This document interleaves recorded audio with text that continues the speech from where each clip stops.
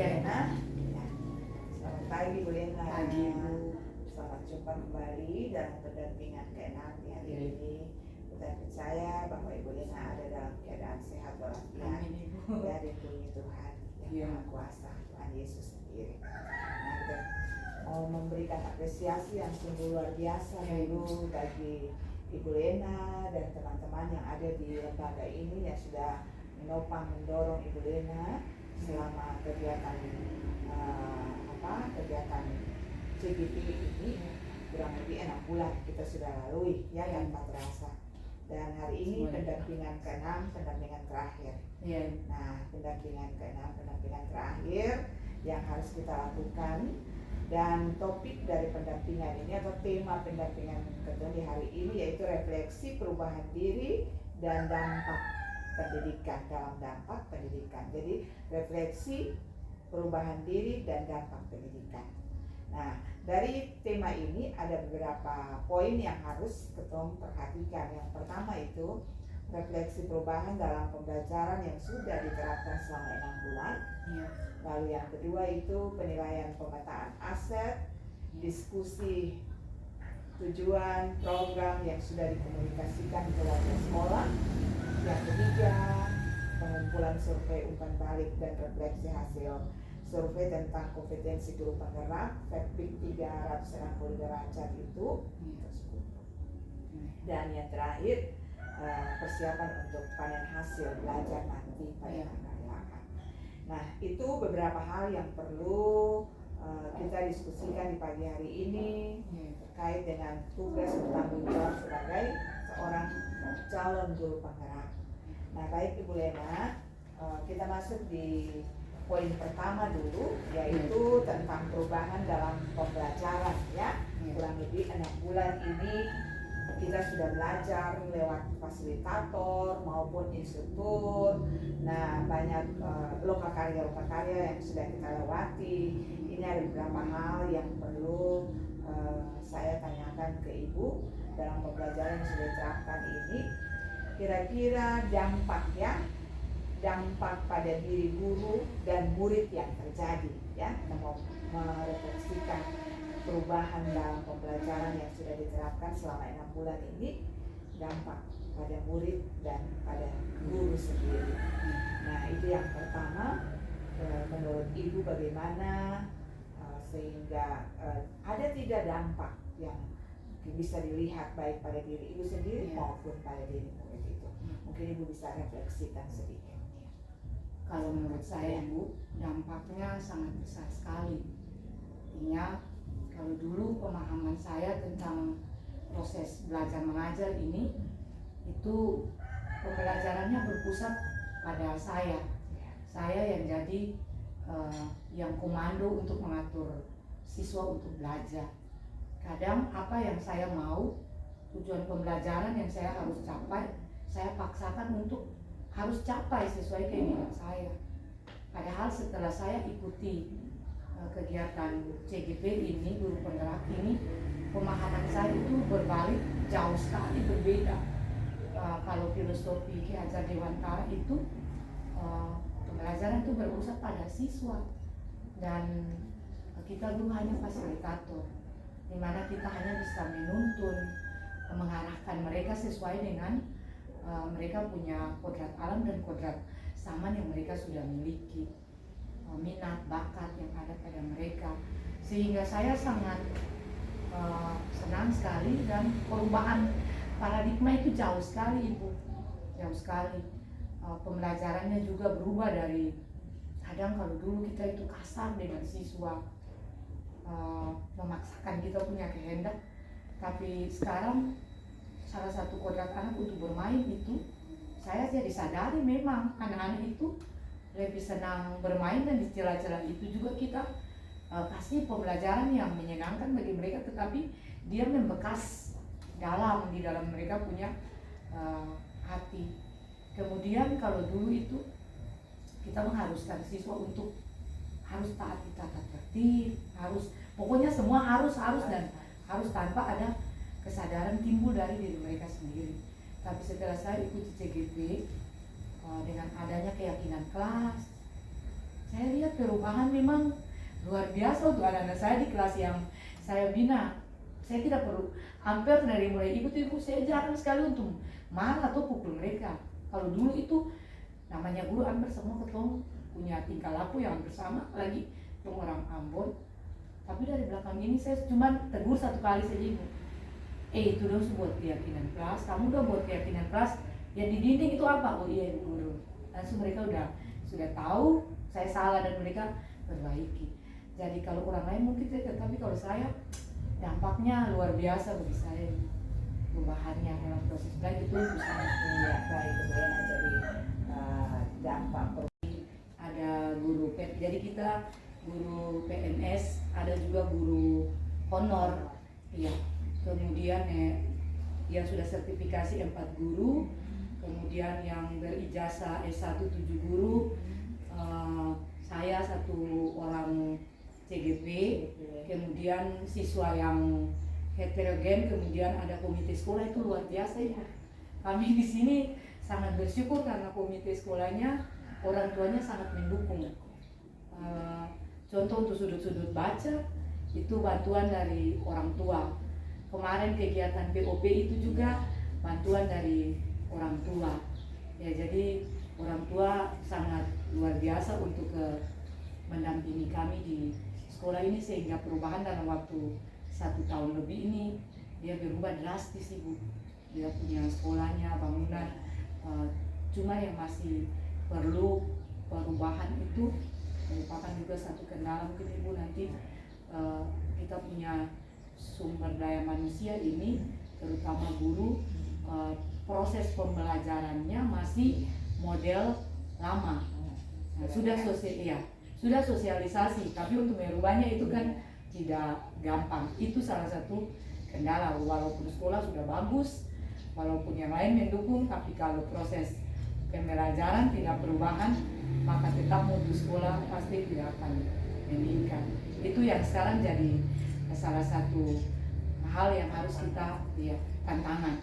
Tapi kata berprinsip ABCD saja ibu, kayak itu nanti dijadikan kekuatan untuk bagaimana kita bisa maju. Jadi itu dari segi manusia ibu. Kemudian sebentar ibu, mungkin kalau yang tadi ini kan ibu sudah lihat tantangan yang ada. Kira-kira dalam mengatasi tantangan ini ada apa apa yang ibu harus lakukan? Iya, jadi saya merasa bertanggung jawab juga ibu. Kemarin kita sudah sosialisasi RPP diferensiasi, filosofis pendidikan menurut Ki Hajar. Jadi mereka juga sudah belajar untuk mau dan tidak mau cara-cara lama harus mereka tinggalkan. Ya, kemudian ada juga kemarin itu visi sekolah yang kita sudah sama-sama juga ibu, itu juga nanti kita harus, kalau ada rakyat kita kalau bisa dirubah, karakternya memang masih terlalu panjang. Iya, jadi nanti mungkin kalau rakyat yang paling baik itu pada akhirnya harus ada profil pelajar Pancasila. Iya, jadi memang saya merasa bertanggung jawab untuk sosialisasi untuk teman-teman, membantu mereka untuk RPP diferensiasi. Kemarin itu yang saya kirim rekaman itu teman saya sudah bisa, tapi di tengah-tengah masih stop-stop. Ibu ini itu masih belum mengerti. Ini kah betul sudah ini ya, masih seperti itu. Kita bilang namanya ketua belajar, tetap harus ada tantangan, tapi ketua harus tetap maju. Jadi sudah di sini sudah luar biasa ibu, mereka mau berubah. Ya, lalu mungkin salah satu hal lagi saya sudah bilang ke kepala sekolah. Kemarin ketika disampaikan juga saya bilang, ibu ini bagaimana kurikulum merdeka. Saya kalau RPP diferensiasi saya paham, tapi untuk masuk dengan kurikulum merdeka ini kita belum terlalu paham. Dia punya fase, dia punya cara penyusunan program, dia punya itu tuh. Mungkin ibu bisa datangkan satu orang yang memang benar-benar paham, karena kelas 1 dan 4 sudah mulai berlaku kurikulum merdeka. Jadi itu yang saya sudah usulkan ibu untuk ibu kepala sekolah. Itu juga merupakan tantangan dan ditindaklanjuti sebelum masuk sekolah. Kita sudah mungkin 1 minggu depan itu untuk persiapan perangkat, sudah tahu dulu tentang kurikulum merdeka itu ya. Betul sekali. ya. Jadi yang Ibu Lena langkah yang Ibu Lena ambil ya. Yang pertama sampaikan ke kepala sekolah. Nah, ada jalan keluar yaitu datangkan ya orang yang paham betul tentang kurikulum merdeka untuk memberikan sosialisasi kepada ibu dan teman-teman di sini ya, supaya mempersiapkan segala sesuatu pada saat pembelajaran baru nanti. Nah, memang nantinya dalam pembelajaran baru penting pembelajaran berinisiasi itu akan jalan, tetapi kurikulum secara utuh itu yang harus dipelajari. Nah, supaya tahu bahwa untuk SD mana-mana saja dia punya waktunya berapa, karena dia tidak sama dengan kami di atas ya. Sama Ibu ya. Itu. Apa-apa saja yang harus dibuat, dalam profil pelajar Pancasila, tema-tema apa saja yang harus kita usung. Nah, itu yang harus kita pelajari dengan baik. Perlu datangkan orang. Nah, langkah yang ibu dan teman-teman, khususnya kepala sekolah akhir, sudah sangat baik. Langkah nanti pada Lokakarya ke-7 ini, ya Ibu Lena sudah siapkan. Ya. Kalau saya sih Ibu, ini mimpi.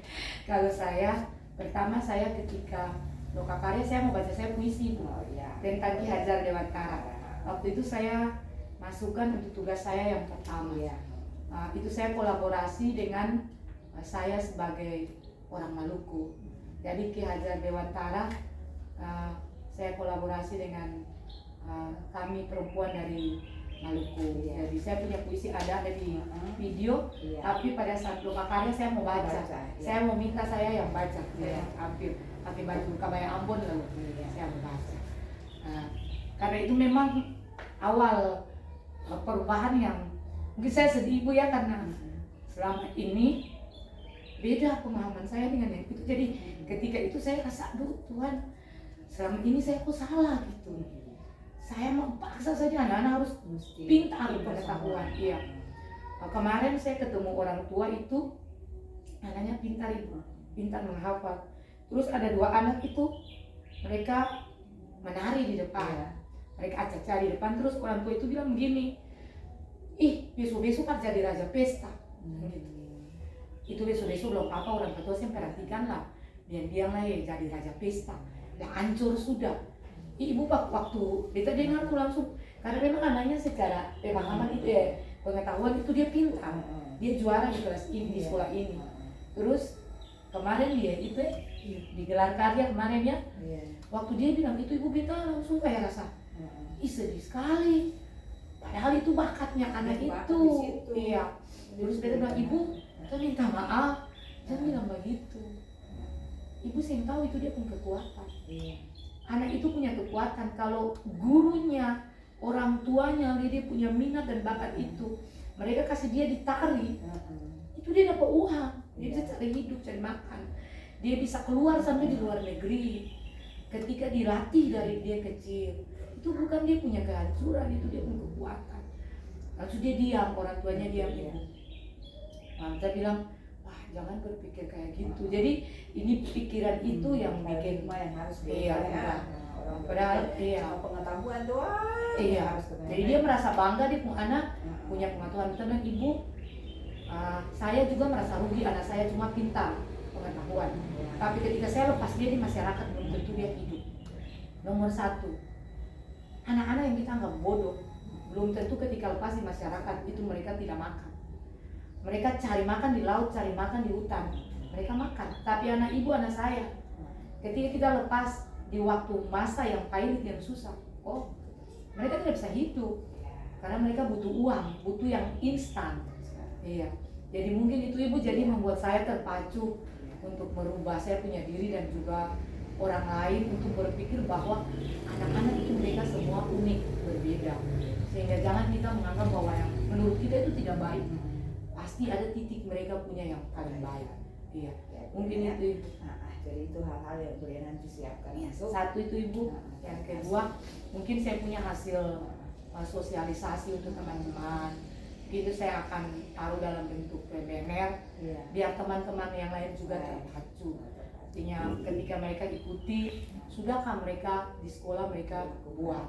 Jangan hanya kita kejar untuk dapat nilai bagus, tapi pelaksanaannya di sekolah tidak dilakukan. Jadi saya senang sekali dengan Ibu Mary nih Bu, karena kedua bisa kolaborasi yang saya tidak tahu, yang dia tahu, dia bisa bantu saya bisa bantu dia. Jadi kami dua sudah memang sepakat untuk saling membantu satu dengan yang lain, untuk nanti kita dua bisa ada untuk kita punya gugus di gugus. Iya. Jadi itu dengan mereka suruh saya bawa itu Ibu, literasi ekonomi ini. Boleh. Katanya Ibu Lena nanti bawa repek atau jual Iya, karena ada materi-materi yang nanti akan dibagikan pada panen hasil belajar nanti nih. Nah, jadi pasti ada orang yang di sana, pasti ada yang dari juru bicara, jadi itu untuk menerangkan semua hal yang ada di sana. Nah, jadi itu persiapan nanti dalam loka karya 7 ini kita dalam loka karya besok, loka karya 6 kita siapkan ini lagi untuk ke depan nanti di tanggal 8 kita punya panen hasil. Tapi dari sekarang sudah harus siap-siap akan. Nah, nanti kita bicarakan kira-kira kita mau buat temanya, kemarin sudah dibincang-bincang. Bineka Tunggal Ika. Nah, sekarang jadi pakai pakaian dari berbagai daerah. Nah, sekarang nanti kira-kira dia punya ini yang mau taruh bahasa itu tuh apa, burung Garuda kah, atau kita buat dari apa kah, begitu nanti dibicarakan supaya bisa tempel semua hasil karya dari teman-teman ya. Kalau burung Garuda begitu bikin dari gabus apa jadi namanya? Bisa dari apa yang besar ini yang biasa mading kita pakai itu kan nama apa tuh? Strapon kah? Itu yang besar itu lalu bikin burung Garuda tuh. Nah, baru taruh hasil karya yang ibu punya di situ. Nah, kalau bisa kalau ketemu ini tuh minta tolong Purnawiska kah siapa di bawah tuh untuk datang hias tempat biar tumpah ya, dia sedikit siapa itu. Yang penting dia hiaskan tempat sesuai dengan ketumpuk dia yang dia. Nah, itu karena itu pamerannya seperti itu. Lalu kita siapkan materi-materi seperti tadi, ibu siapkan puisi. Ada teman-teman yang bilang kemarin tuh mau ukulele semua pakai lagu apa. Nah, itu dari latihan. Nah, supaya kita bisa tampil bagus-bagus. Ya baik, Ibu Lena, itu hal-hal yang perlu kita bincang-bincang di saat ini. Lalu perlu kita memberikan terima kasih kepada